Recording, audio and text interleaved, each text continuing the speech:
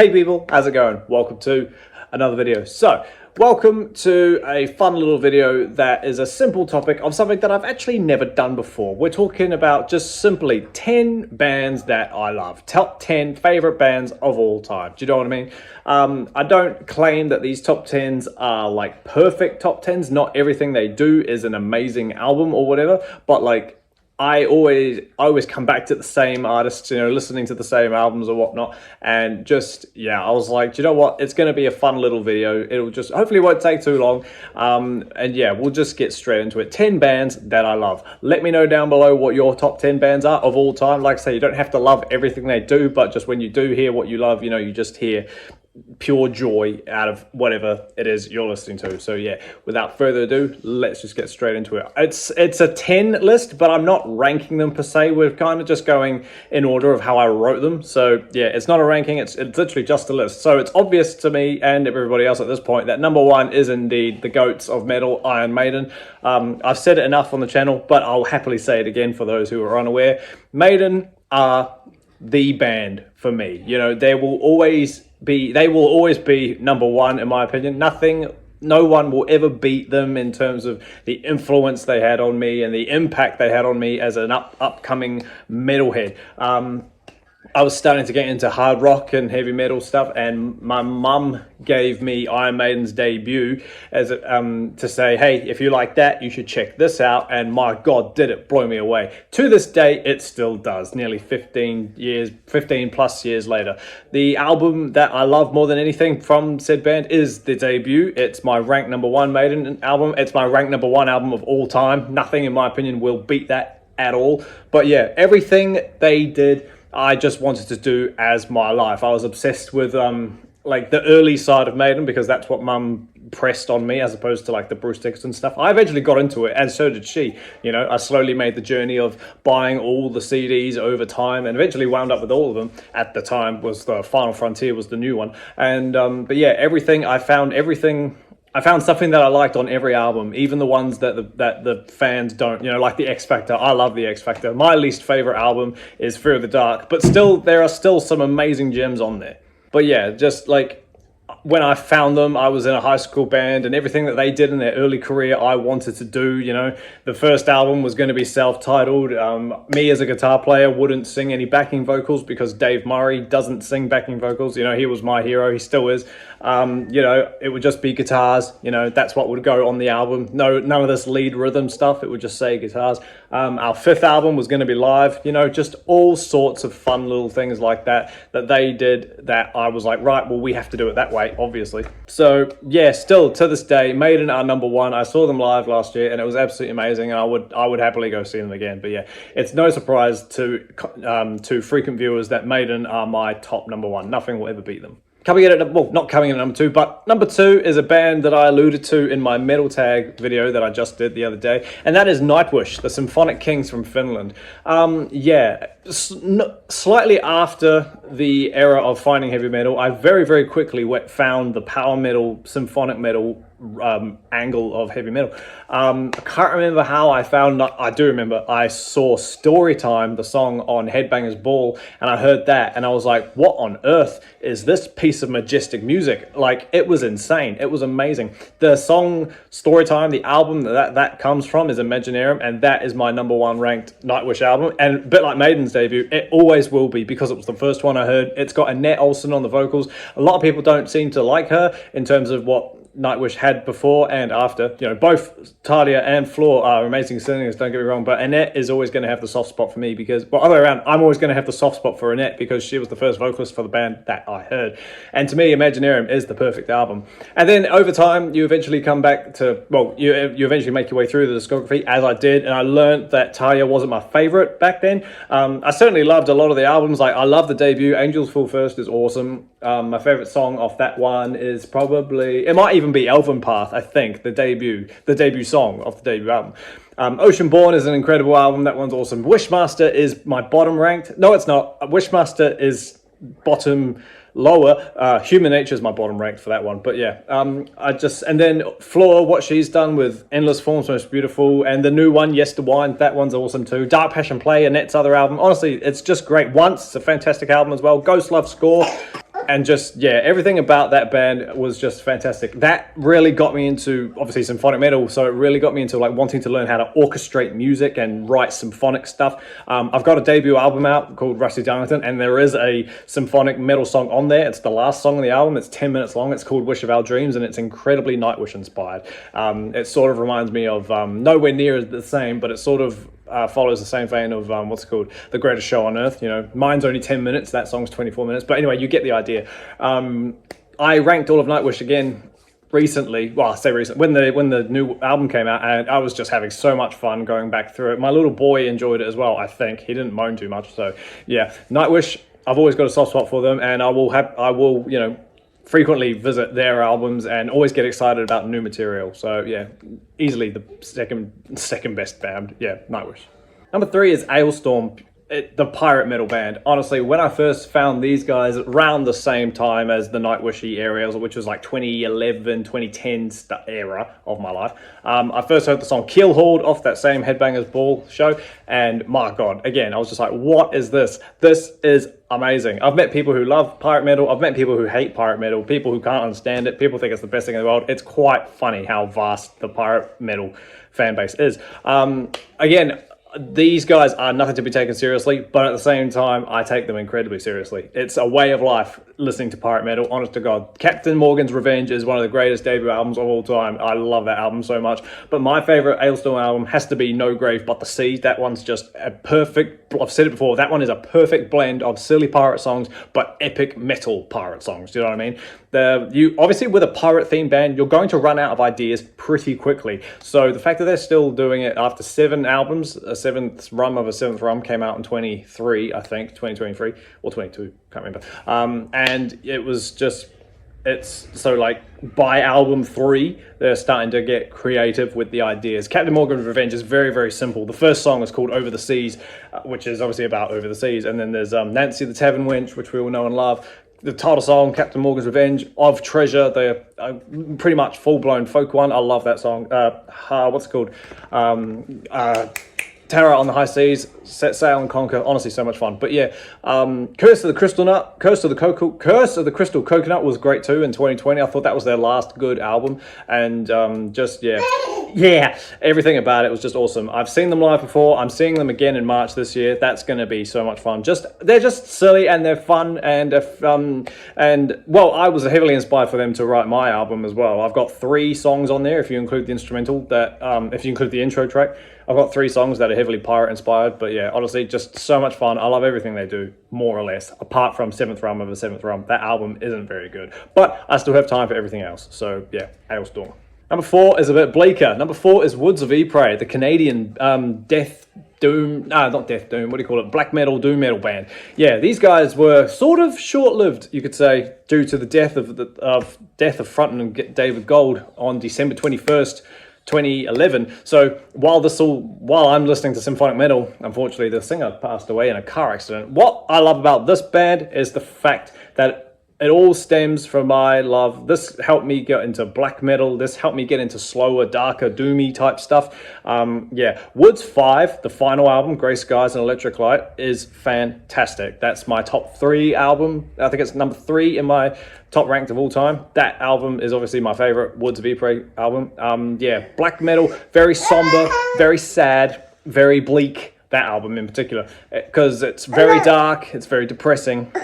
And that's why I love it. It really helped me through one of the darkest period of my life and just stopped me doing some horrible things. So I've got so much time for that album, as do the other albums. Album 4 is more focused. While you could say Woods 5 is like an album to listen to after you've accepted the breakup and you'll forever be sad, Woods 4, the album prior, is to listen to fresh after the breakup, and it's just like full of hatred and anger towards that, and a lot of self reflections and whatnot.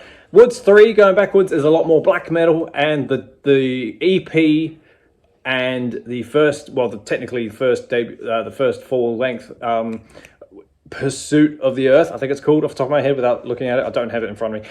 They're all amazing as well. The EP is great. It's like 6 or 5 songs, and it was produced by Glenn Fricker, as he did the other one as well, the second album. But yeah, if you like black metal, slow, dark, depressing stuff, honestly, it's amazing. It's a shame that he unfortunately died. We don't know if it was suicide or accident because of the lyrics in Woods 5. It kind of foreshadows what happened to him. So yeah, you can take a pick there. But aside from that, honestly, if you're feeling dark and if you're feeling down, listen to Woods of Ypres, man. It might just help you get through it.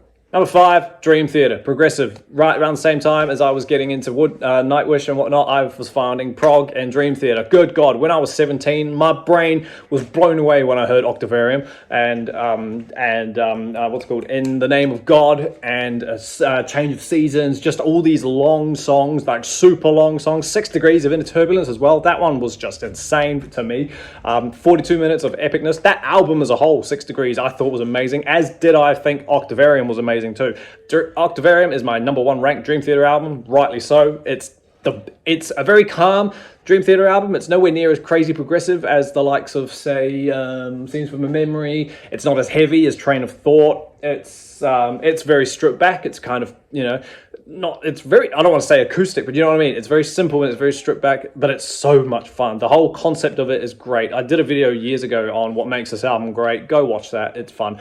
But then, everything after that, what comes after it? Systematic Chaos. That's a great album. And you can obviously tell there's a shift in musical direction when Mike Portnoy, the drummer, leaves the band in 2008. When you get a dramatic turn of events with On the Backs of Angels. Great song, good album, not amazing, but still good. That's probably the best of the Mangini. Well, not in my opinion, actually, having said that out loud. I freaking love the Astonishing album. To me, that album is just great. It's not perfect. Yes, it's a bit long, but it's just Rush 2112 pulled out a bit, like dragged out severely. But I honestly reckon disc 1 of the Astonishing, to me, is just great because it's motif setting, it's character. There's character themes that we're hearing for the first time, and it's just, to me, such a fun listen. Yeah, I've got it on vinyl, so I don't listen to it on CD, but God, I would love to listen to it on CD. Like, just put that in the car and let it go around for a week. I'd probably get through half of disc 1, but you know what I mean? I just love that. But now that Mike Portnoy is back and we've got a new album coming out in February, that will be awesome. Distance Over Time was all right, that was okay, and I feel like I'm missing one.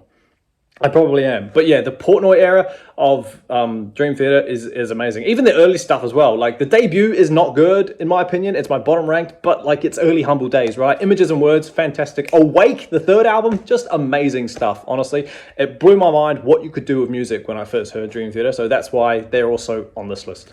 Number 6 is power metal, and it is Rhapsody. Also, Rhapsody of Fire. This happened at the same time I found Nightwish and Dream Theater. From the same show, Headbangers Ball, I heard Unholy Warcry and was just blown away by, one, how powerful it was, Luca Tullili's guitar playing as an upcoming neoclassical god, that I wanted to be. I was just like, what is that? That's a sweep I've never seen before. Everything about that, and was just awesome. And then you dig deep into the band as you do, and you realize that albums 1 to 5 tell one story, and then albums 5 to 10 tell another story. And it was just like, good God, I can't handle what's going on. Legendary Tales was a fantastic debut album, and there's some awesome stuff on there. Symphony of Enchanted Lands, I don't rank as high as others. Like, the first half of it I think is amazing, but then after that I kind of steer away. Dawn of Victory, one of the greatest power metal albums of all time. Reigned of a Thousand Flames, just amazing. That Wizard's Dream stuff, the stuff that they take from the classical song, the classical movement of the Dark World, what's it called? New World Symphony, from Dvorak, Antonin Dvorak. Hey buddy. Just great stuff. And then Power of the Dragon Flame, just a fantastic power metal album. It's so explosive. Rhapsody as a band were definitely more classical influence, like driven, you could say. It's a lot more neoclassical fancy stuff. While then they changed to Rhapsody of Fire due to, I don't know why. And then it became very more cinematic and theatrical, more film score, more Nightwish-like driven, while still sounding as amazing as Rhapsody does, And then half the band pretty much gapped it and left. Luca Turilli, the guitar player, left, and Fabio, the amazing singer, left. They're all leaving. So the only original member, I think, is the keyboard player. So yeah, kind of steered away from them in later years. From like 2015 onwards, I kind of steered away from them. But then I re-ranked them again, in the last 2 years, and that was good fun. So yeah, while they still do a good job, obviously I'm a bit older now. Power metal isn't the most amazing thing to me anymore. But still, I've always got time for the Rhapsody that I fell in love with. So yeah, they deserve to go on this list. Just like Rhapsody, we get Gloryhammer. They kind of go hand in hand. Gloryhammer is a lot more simpler and a lot more what I call poor man's Rhapsody, to be honest. They've only got 4 albums and they are telling one story. It's a lot more confusing to follow because it's got Christopher Bales in it from Alestorm, who's already a silly character anyway. So he does this Gloryhammer band as well as 2 others, I think, off the top of my head. But yeah, album 1, Tales from the Kingdom of Fife, I think was just great because it's very simple and it's very straightforward. It's a 10-track album of fantasy, medieval power metal, and then you get album 2, which tackles Space 1992, Rise of the Chaos Wizards, which tackles pretty much in space. The first album is Lord of the Rings. The second album is Star Wars, and then you get album 3, Legends from Beyond the Galactic Terror Vortex, which is just different dimensions have turned up at this point, and different universes, as does album 4, Return to the Kingdom of Fife, but in a different reality. You know, it was just insane, but it's all about power metal, and it's things that all tie together, loop back to one another, and I'm a slut for things like that. Like, honestly, the first chunk of it, the debut album, is probably one of my album 3 is my favorite, followed by the debut. Just great stuff on that debut album. Hail to Krail, Unicorn, Invasion of Dundee, just even the endings, all the ending songs are great. Number 8 is a bit of a weird, well, not weird, just different. Number 8 is Typo Negative. Yeah, so I've only recently been listening to these guys, like 2 years now, and that's just because I just never made my way into the gothic doom vibe. Do you know what I mean? So I ranked Typo for Halloween, I think 2023's Halloween, and then after that I was listening to them like all the time, to the point where my girlfriend was like, can you listen to something else please, this is making me depressed. Everything they do minus the fake live album is to me awesome. Peter Steele's voice and just atmosphere and the music and just everything about it was just awesome. Even the hard, aggressive, punky stuff that they did on Slow, Deep and Hard, you know, left over from his Carnival days, all the way through to Dead Again in 2007 was just mean awesome. Like, I had so much fun listening to Typo for the first time, getting into them, ranking them, deciding what was best and whatnot. My favorite Typo album is October Rust, and just everything about that album is perfect. Bloody Kisses is great as well. World Coming Down is bleak and dark, but it fits in with the whole thing, and I just love that album as well. Even Life is Killing Me, you know, that one's great. That's an amazing title track. Just everything about it, I just don't know why I loved it so much. It's sort of my gateway into like death doom and more doom metal-y type stuff, like Mirror Witch and all sorts of other stuff that I started to listen to after listening to Typo. But yeah, it's a shame that Pete died in 2010. Otherwise, they would have probably done a lot more great stuff. And I just love everything about it. Love You to Death is a fantastic song. Christian Woman, the big one, what's it called, Ollie? The big one that escapes my mind. I hate it when this happens. Black Number One, there you go. Just other things like that. Yeah, Well Coming Down, Life is Killing Me. Just great stuff. Honestly, they deserve a spot on this list. So yeah, number 8, Type of Negative. Number 9, folk metal, Ensiferum. I've got Victory songs currently going around in my car, and this was just like, yeah, these guys are pretty amazing as well. Again, I ranked all of them. Victory songs was my favorite Ensiferum album. They recently had an album out a few months ago, Winter Storm, something, Vigilantes, I think it's called. And while the album was okay, it wasn't amazing. Everything they've done in the past, in my opinion, was better. You know, apart from One Man Army, I wasn't really the biggest fan of that. But then I haven't listened to that album in full in a few years, so maybe I'm due for that. But yeah, the debut I love, fantastic stuff. I remember hearing the song Victory Songs, and it got me into folk metal. It showed me that you can have metal in other languages, and it was just really fun. Clean choruses, harsh verses, catchy solos and whatnot, pounding drums, just honestly good stuff. I found it in 2014, and after that I was like, cool, now I'm a folk metal fan. So yeah, Ensiferum's debut was great. I love Unsung Heroes as well. Tholastic was a great album, but yeah, Iron is cool. From Afar, literally just everything about it was just so much fun. They're just such a fun, heavy folk metal band, and I found them at a really fun time in my life. And yeah, when I hear the Victory songs and Unsung Heroes and all that other stuff, One Man Army, you know, the title track in itself, I just get thrown back to those times. And so yeah, number 9, yeah, Ensiferum. I just love them so much. So yeah. And then the last one on the list is something a bit brutal and a bit hardcore. Belphegor, one of my more extreme listened to bands. I found these guys when I was really getting into black metal. And while I could have chosen a few black metal bands, I do find myself going back to Belphegor a lot more than others. There's just something about their blackened death thrash thing that they do that I just love. When I was getting into black metal and I was looking for real dark satanic stuff, these guys were the first things to pop up because of their song Baphomet, and I was like, what is that? They look scary, and Baphomet in itself was a great song. My favorite Belphegor album is probably Conjuring the Dead. I really, really love that album because Conjuring the Dead, the song, was one of my first favorites of listening to their whole thing. When I heard Conjuring the Dead, I was just like, holy damn. Totem Ritual, I think, is amazing. Gas Mask Terror is just a fantastic song. But yeah, even the early stuff like Bondage Goat Zombie, Pest Apocalypse #6, Necrodemon Terror Satan. Not so much the debut. The debut is one of my less listened to songs from these guys. But yeah, even their newer album, The Devils, I thought was great as well. But yeah, when I go back to dark, hard, and scary music, I always tend to stream back to Belphegor. The Devils was a great album. Devil's Son's a great song off Totem Ritual.